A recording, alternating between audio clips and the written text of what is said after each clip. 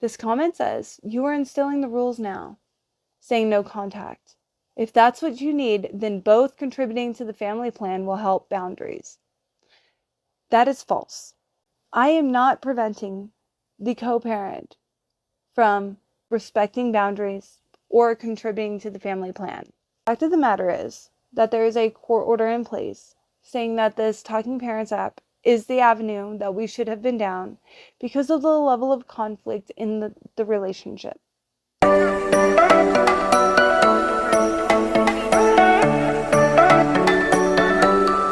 Let's talk about other situations in which no contact is actually helpful and beneficial to the relationship and the children. Millions of parents out there are struggling leaving DV situations. In DV situations, some of the parents encounter stalking, harassing phone calls, harassing text messages, threatening phone calls. Saying no contact is a way of personally setting a boundary. It gives you the power over the situation. A lot of parents are going through, male and female, are going through these DV situations through the family court. If a parent is constantly reaching out to you via harassing phone calls, harassing text messages, making false allegations, saying that you had these conversations in person or on the phone that you didn't have, then how is that helpful to the parent experiencing the violence, the abuse, the allegations, the threats, the harm? It's not. In fact, documentation is the best way to help set these boundaries. This commenter is implying that I stole this person's confidence because I was the main decision maker, and that he needs to be able to contribute to the plan as well, because that is why he's acting the way that he's acting. In all actuality, this person and these type of people have had a history of these behaviors. So me speaking about my experience is only bringing enlightenment to this type of situation. The fact that there are millions of parents going through harassing, stalking, and threatening on a daily basis is a very sad but real situation that not many people are talking about.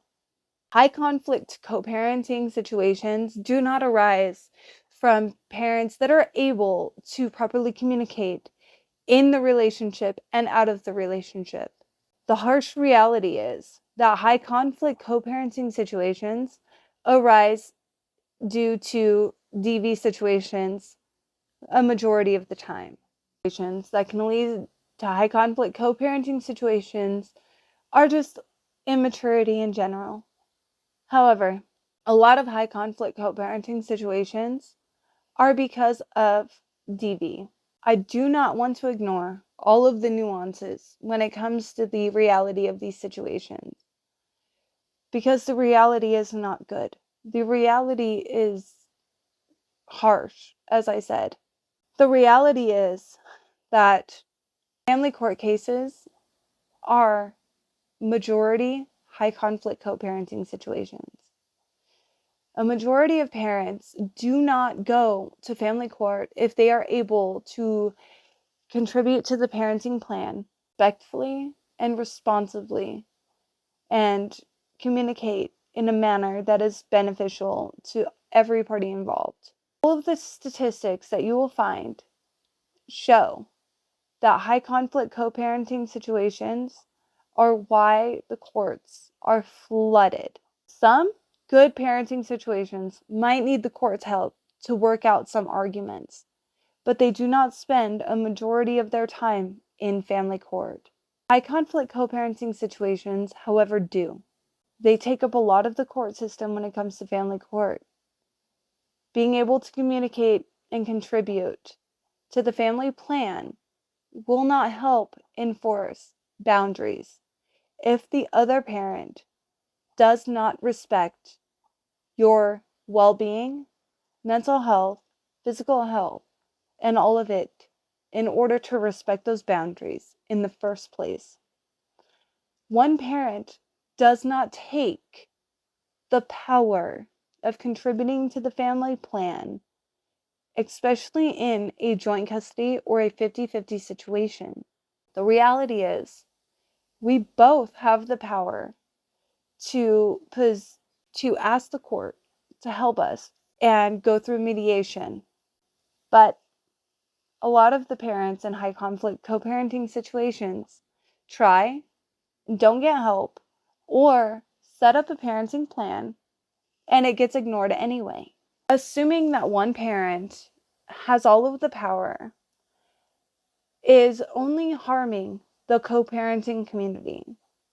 High conflict co-parenting has so many myths, and this is probably one of them. Again, this commenter has left other comments saying that it's a lack of confidence that is causing him to respect the boundaries. I do not control his confidence. I do not control the respect of the other co-parent, and neither do you. As a co-parent, we face many struggles, especially if we are in a high conflict co-parenting situation. We already worry about trying to establish a parenting plan. And then we have to worry about if the other co-parent is going to follow the co-parenting plan. Just because you have a plan in place does not mean that they will follow those boundaries. A lack of confidence does not contribute to a lack of boundaries in my eyes. Maybe there's some more mental health behind that I'm just missing, but I think that this comment and this commenter has a misled bias. I think, in my opinion, that this commenter is saying that I am the issue because I had more control in the relationship, when in reality, we've been separated longer than we were together. So, parental alienation or just outright being a dick. We will cover any topic relating to co-parenting, relationships, raising responsible children. Welcome to Co-Parenting Should Be Easy. Please comment any topics that you would like to see discussed in the episode. Stay tuned for weekly episodes. Thank you.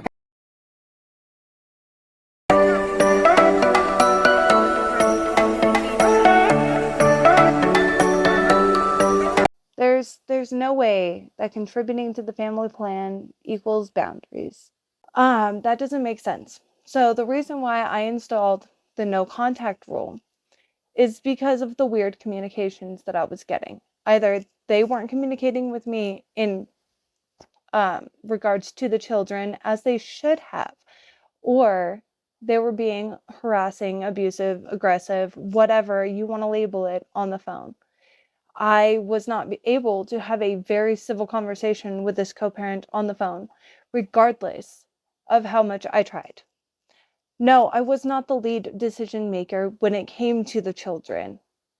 In fact, I tried very hard to make sure that both parties were always involved in the decision making. Communication is kind of important to me, which is why I kind of involve my whole channel around communicating properly. Part of cutting off the other co-parent was to minimize the mental load, as people would say now.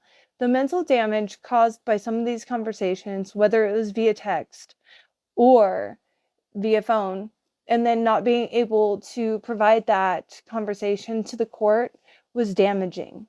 So many conversations that were had either in person or on the phone or via text were ignored by the court system.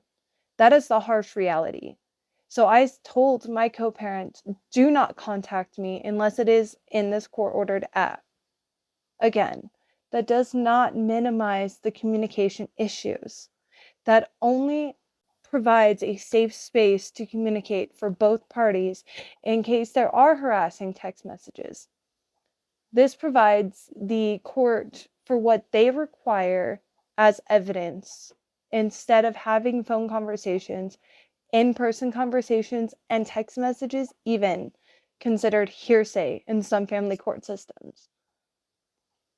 Of course, in-person and phone conversations would be considered hearsay, but finding that even text messages were unprovable because they could have been faked was so outrageous to me. And you can't really get court records of text messages from like the phone companies like everybody thinks in the shows. That is a big misconception. Most of the time they don't have your records. They don't keep them for some reason. Especially if you are not on a big plan. Even if you are on a big plan, it is very hard to get those records. I talked to phone companies. That's how I know all of this information. And if you don't believe me, go call your local AT&T, Verizon, Sprint, whatever store you have nearby. Cricket, doesn't matter. Go call them. Most of the time, they'll tell you that the text messages are gone and the phone records gone. So back to the whole point, because I'm not stopping him from contributing to the family plan. That is on his side via court. It is not a lack of confidence because I am controlling. That actually is where this whole comment thing goes. This person is trying to imply that I am controlling and I took this from him and I took that from him. Therefore, he is being disrespectful, being, aggressive. I'll say the word aggressive instead of the AB word. And breaking boundaries. That is a big myth and it's a big misconception. I'm here to say that's BS. You know why? Because DV situations are real. People leave DV situations all of the time and they have to deal with harassing text messages and phone calls.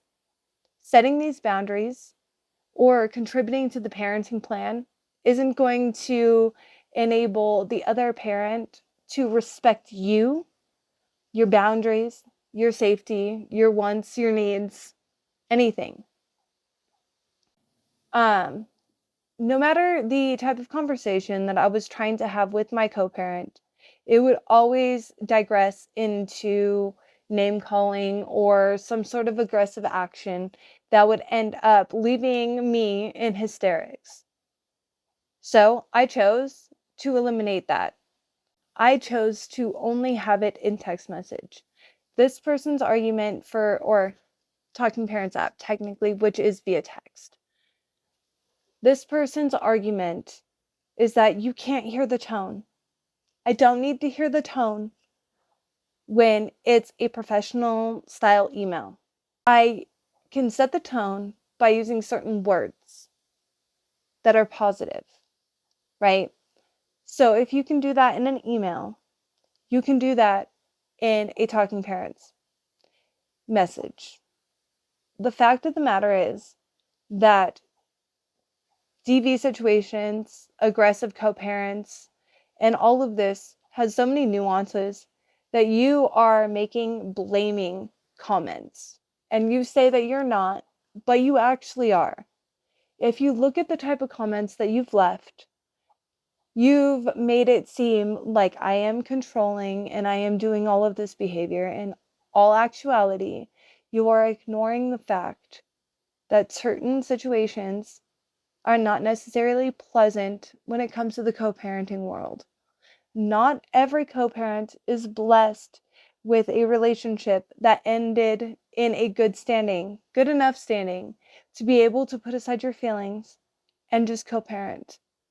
Sometimes co-parents are blessed with high conflict co-parenting situations that lead to behaviors that are associated with certain disorders or that are just unsavory or mean to begin with. So the matter is, I did not bring this upon myself. I was not the main decision maker. And you don't know anything about my situation, but you are making countless assumptions based on the fact that I said no contact. No contact means I am not going to sit there and chat, as you said in one of your comments, with my ex co-parent. That is not my intention, nor has that ever been. I tried to be friendly after the initial breakup in the first 6 months. After court happened, that was not able to be had. I really tried for the first 4 years. There was a lot of hardships in that I went through. However, do not ignore the fact that every co-parenting situation is not the same. And sometimes what is best for every party involved is to not have harassing phone calls every day. But that's just me. What does everybody else think? As a parent stuck in a high conflict co parenting situation, I actually understand that texts are the best course of action in order to put my children first. It is not healthy for the children to witness their parents arguing on the phone because either way, they're supposed to be around the parent, whether they're at my house or whether they're at his house. If we are arguing on the phone, most likely we are arguing around the children. And you wanted to talk about parenting plans and co-parenting strategies. For high conflict co-parents, we have to document everything because everything that we say will either get twisted or misused. Therefore, cell phone conversations are not advised by lawyers, judges, or parents in the thick of it. You know why? Because once a phone conversation or a physical conversation is undocumented, it becomes hearsay. That parent can then twist the conversation. Everything in a high conflict co-parenting situation, sadly, needs to be in writing. We are giving information about the children in a very professional manner. We are talking about emails that would be sent to your boss. Because in all actuality, I'm not sitting there chatting with my co-parent. I am in a high conflict co-parenting situation, and a lot of parents in high conflict co-parenting situations aren't sitting there having casual conversations with their exes. That's a good co-parenting situation. If you are able to chat with your co-parent via text or phone conversations, then you are not in a high conflict co-parenting situation where there are court orders, parenting plans that are not being followed anyway. And the lack of documentation can actually bite good parents in the rear. Accusations of abuse and all of these other things have been part of verbal conversations. And then when you don't have the documentation, you can't submit any evidence to court because it was a phone conversation. And in a lot of states, it is illegal to record phone conversations. Or Talking Parents does allow the parents to record their conversations, but both parents need to pay for the app and like the upgrade version, not just the basic version. So if both parents are paying for the app, they're both consenting to be recorded via every conversation. When you talk about parenting plans and parenting strategies for co-parenting, you're not talking about the high conflict co-parenting situations. You're talking about the co-parents that are trying to actually make co-parenting work. You are talking about the parents that are trying to co-parent and be friends. That is not high conflict co-parenting situations, as most parents in high conflict co-parenting situations have or should, to only communicate via that app. Please be more aware of the type of situations that these parents are talking about before leaving these type of comments. These type of comments are very disturbing and they can be very judgmental. You're trying to tell me that I didn't put my children first. Yes, I did. I made all of the choices to set boundaries, to be mentally healthy and get away from the conflict or minimize the conflict as much as humanly possible. And that doesn't mean that it has gone away, because now it's just translated into the Talking Parents app, which is actually more beneficial because now I can download those and submit those to the proper authorities when those times comes. Um, However, those conversations via phone, they weren't getting anybody anywhere. And my recommendation to parents in high conflict co-parenting situations like mine, please, please go to a parenting app like Talking Parents, Family Wizard. Talking Parents is free, but I downloaded the actual app, so I think I pay $5 a month for it. Um, but it is a good resource. And a lot of family courts actually mandate it, like mine. We're going against the court order because it was more convenient for him, even though I multiple times stated, please only communicate via that app. It would still go, like my boundary would still be broken. Which is why I made that video about weird communication and what you should do. Documentation is very, very, very important. And those Talking Parents apps or Family Wizard are more accepted by courts because they are mandated by courts. It's easier for them to read, it's easier for them to accept, and it's time-stamped, dated, and documented on who is sending what. So that validates the evidence. So I hope that helps. If you like this video, please do give me a little follow button. I'm trying to build my account back up. Thank you and have a wonderful day. Thanks for leaving this comment. It shows that people don't understand high conflict co-parenting situations in their entirety, but I'm here to explain it. This will be a part of my podcast. If you guys want to listen to my podcast, I will have it on Apple, Spotify, Amazon Music, and any other platform that you might listen to podcasts. My podcast is Co-Parenting Should Be Easy. Co-parenting has a hyphen, and it's easy spelled out. If you guys want to follow me, please give me a little like and subscribe, or follow, or whatever it is on whatever platform. Thank you and have a wonderful day. And if you are listening on my podcast, please like, download, and share to family members that might find this beneficial. It really helps me out a lot. Thanks, guys. Have a wonderful day.